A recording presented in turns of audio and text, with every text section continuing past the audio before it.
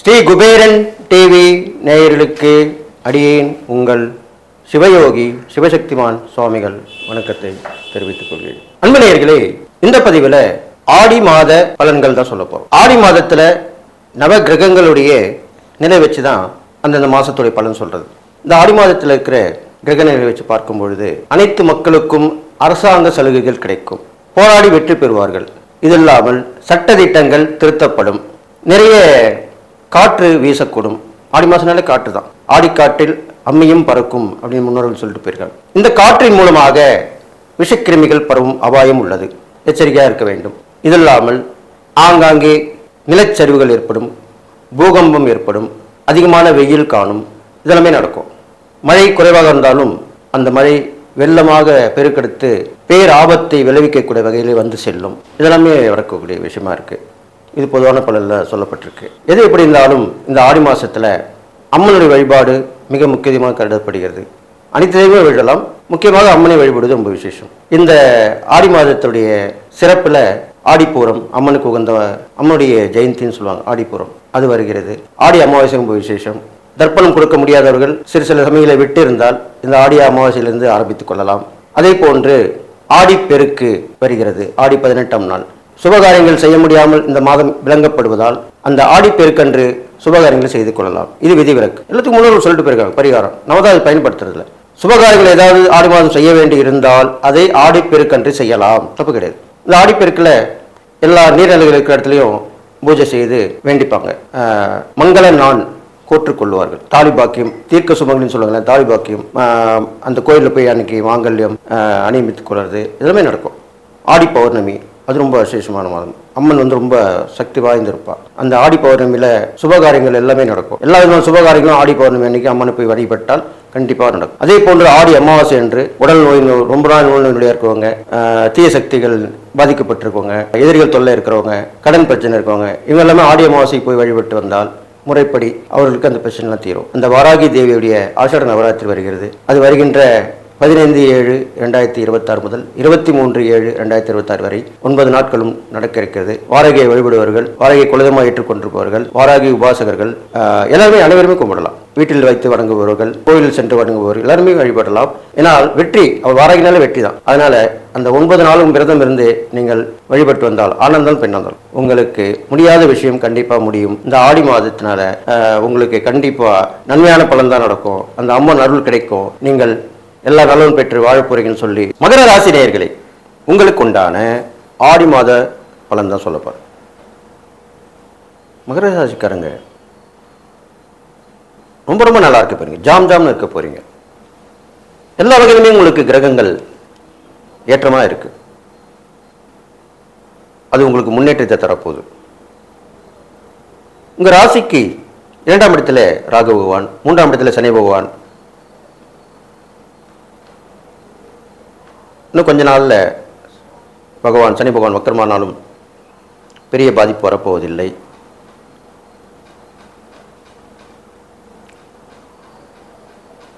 ஐந்தாம் இடத்திலே செவ்வாய் பகவான், 6ஆம் இடத்திலே புதன், 7ஆம் இடத்திலே சூரியனும் குருவும், 8ஆம் இடத்திலே கேது, சந்திரன், சுக்கிரன். இப்படிப்பட்ட கிரக நிலவரத்திலே உங்கள் ராசியாதிபதி சனி பகவான் தானே, அதனால பயப்பட வேண்டாம். அவர் தைரிய சனியாக உங்கள் வீட்டுக்கு இருக்கார். தைரியம், வீரியம், பராக்கிரமம், வெற்றி இதெல்லாமே கொடுப்பார். சனி கொடுப்பின் எவர் தடுப்பார் அப்படின்னு சொல்லியிருக்கோம். கொடுத்துக்கிட்டே இருக்க போறார், ஒரு பிரச்சனை இல்லை. அவர் வக்ரமனாலும் கவலைப்பட வேண்டிய அவசியம் இல்லை. நல்லா ஒன்று கேட்டுங்க, சனியால பாதிப்பு அடையாத ராசிகள் மகரம், கும்பம், துலாம். நீங்க மகர ராசி தானே, உங்க வீட்டுக்கு அவர் தானே, உங்க ராசியாதிபதி சனி பகவான். பெரிய பாதிப்பை கொடுக்கவே மாட்டார். ஏனென்றால் அவருக்கு தெரியும், நீதி, நேர்மை, சத்தியம் தவறாதவர். அப்பேற்பட்ட சனி பகவான் உங்களுக்கு வீரத்துடன் விவேகத்தையும் கொடுத்து வெற்றி பெற வைப்பார். சிறந்த ஒரு திறமைசாலியாக திகழ்வீர்கள். உங்கள் திறமைகள் வெளிப்படும். பலவிதமான பொறுப்புகள் வந்து சேரும். ஒரு பொறுப்பு இல்லாமல் இன்னொரு பொறுப்பு வந்து சேரும். அடிஷனல் ஒரு பொறுப்பு. இப்போ நீங்கள் சமீபத்தில் பார்த்துருப்பீங்க, ஆட்சி மாறியது, காட்சியும் மாறியது. அமைச்சர்களுக்கு அந்த காலத்தில் எல்லாம் ஒவ்வொரு துறை தான் கொடுத்துருப்பாங்க. இப்போலாம் ஒவ்வொரு அமைச்சருக்குமே, எல்லா அமைச்சருக்கும் சொல்ல முடியாது, ஒரு சில அமைச்சர்களுக்கு 2-3 பொறுப்புகள் கூட கிடைக்குது.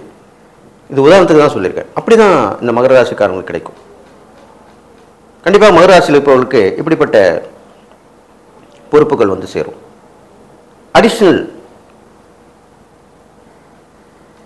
கெயின் சொல்லுவாங்க. அப்போது அது எல்லாமே சிறந்து விளங்குவீங்க. உங்களால் முடிகின்றதுக்காக தான் அந்த பொறுப்புகள் உங்ககிட்ட வந்து சேருது. அதனால் கண்டிப்பாக நல்லதாக நடக்கும்.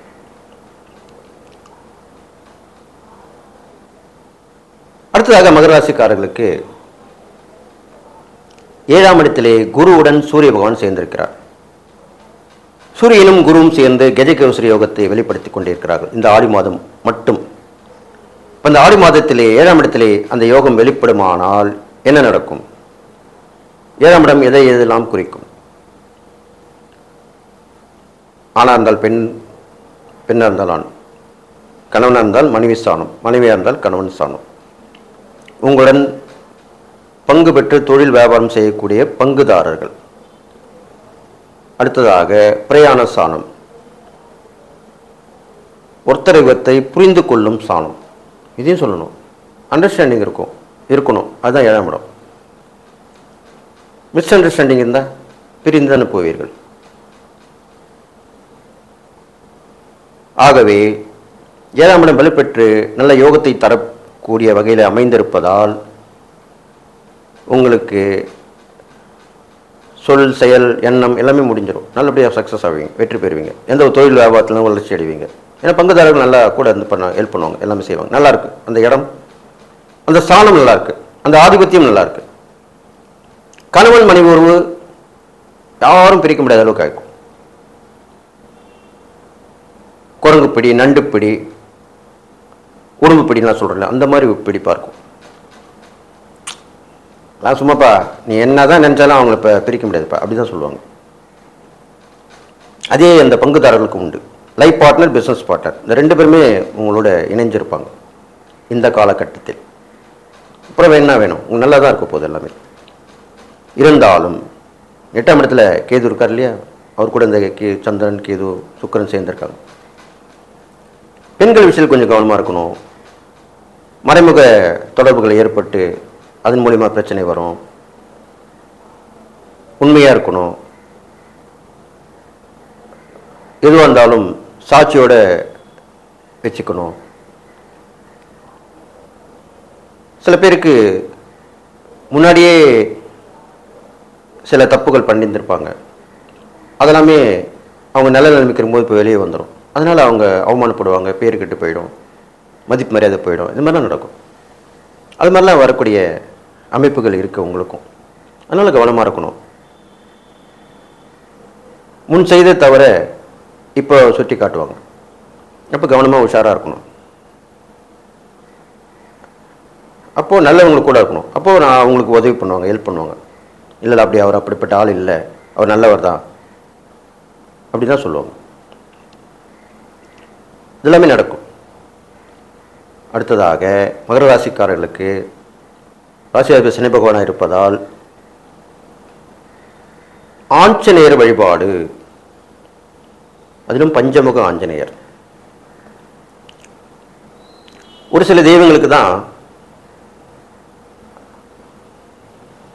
இந்த மாதிரி இத்தனை முகங்கள் அப்படின்னு இருக்கும். இப்போ உதாரணம் ஆஞ்சநேயர் பார்த்தீங்கன்னா பஞ்சமுக ஆஞ்சநேயர் இருக்கிறார், கோயில் கொண்டு உள்ளார், அது போய் தரிசனம் பண்ண வரலாம். இப்போ வராகி இருக்காங்க, அவங்களுக்கும் பஞ்சமுக வராகின்னு இருக்காங்க. அதே மாதிரி சிவபெருமானுக்கும் 5 முகங்கள் உண்டு, அதுதான் பஞ்சமுகம் சொல்லுவாங்க. இது மாதிரி உள்ள தெய்வங்களை வழிபட்டு வர வேண்டும். எப்படி உக்கிர தெய்வங்கள் மாறுபட்டு அந்த பலன்களும் நம்மளுக்கு கிடைக்குதோ வணங்கும் பொழுது, அதே மாதிரி இந்த முகங்கள் மாறுபட்டு உள்ள தெய்வங்களுக்குமே பலன்கள் கிடைக்கிறதுக்கு வாய்ப்பு இருக்குது. அப்போ நீங்கள் பஞ்சமுக ஆஞ்சநேயரை சனிக்கிழமை தோறும் வழிபட்டு வர வேண்டும். மாற்றுத்திறனாளிகளுக்கு உணவு, உடை, அவங்களுக்கு இடம் கொடுப்பதற்கு உண்டான விஷயங்களில் ஈடுபட்டு தான தர்மம் செய்து வர வேண்டும். இதெல்லாம் பண்ணிட்டு வரணும். இது இல்லாமல் உடல் சுத்தம், மன சுத்தம், தூய்மை பணியாளர் சொல்கிறோம் இல்லையா, அவங்களாம் அரசாங்கத்தில் வேலை செஞ்சால் கூட ப்ரைவேட்லேயே இருக்காங்க, அரசாங்கத்தில் கவர்மெண்ட்லேயே இருக்காங்க. அவங்களுக்கு சொற்ப வருமானம் தான். அவங்க கூட கொடுக்கலாம், தப்பு கிடையாது. அவங்க வாங்க மாட்டேன்னு சொல்ல மாட்டாங்க. உங்களால் முடிந்ததை செய்யலாம். அப்படி செய்து வந்தீர்களானால் உங்களுக்கு இந்த கெடுபலன் கொஞ்சம் நற்பலன் ஏற்படும்.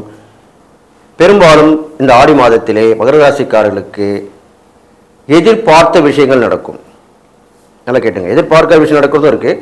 எதிர்பார்த்து நடக்கலாம், எவ்வளோ கஷ்டப்படுவோம். ஆனால் உங்களுக்கு எதிர்பார்த்த விஷயங்கள் கண்டிப்பாக நடக்கும். திடீர் வாய்ப்புகள், திடீர் அதிர்ஷ்டங்கள் ஏற்படும். எல்லாமே நல்லபடியாக நடக்கும். கூடுதலான பொறுப்புகள் வந்து சேரும், பதவிகள் வரும், முன்னேற்றம் உண்டாகும். உங்கள் வாழ்க்கையை மாறி ஒரு மாற்றத்தை கொடுக்கும். எல்லாமே நடக்க போகுது அப்படின்னு சொல்லி என்னுடைய ஆசீர்வாதத்தால் எல்லா நாளும் பெற்று நீங்கள் வாழ போகிறீங்கன்னு வாழ்த்தி விடைபெறுகிறேன். நன்றி, வணக்கம். ஸ்ரீ குபேரன் டிவியை பார்த்தமைக்கு நன்றிகள். மேலும் இது போன்ற தகவல்களை தெரிந்து கொள்ள ஸ்ரீ குபேரன் டிவியை சப்ஸ்கிரைப் செய்யுங்கள். மறக்காமல் பெல் ஐக்கானை கிளிக் செய்யுங்கள்.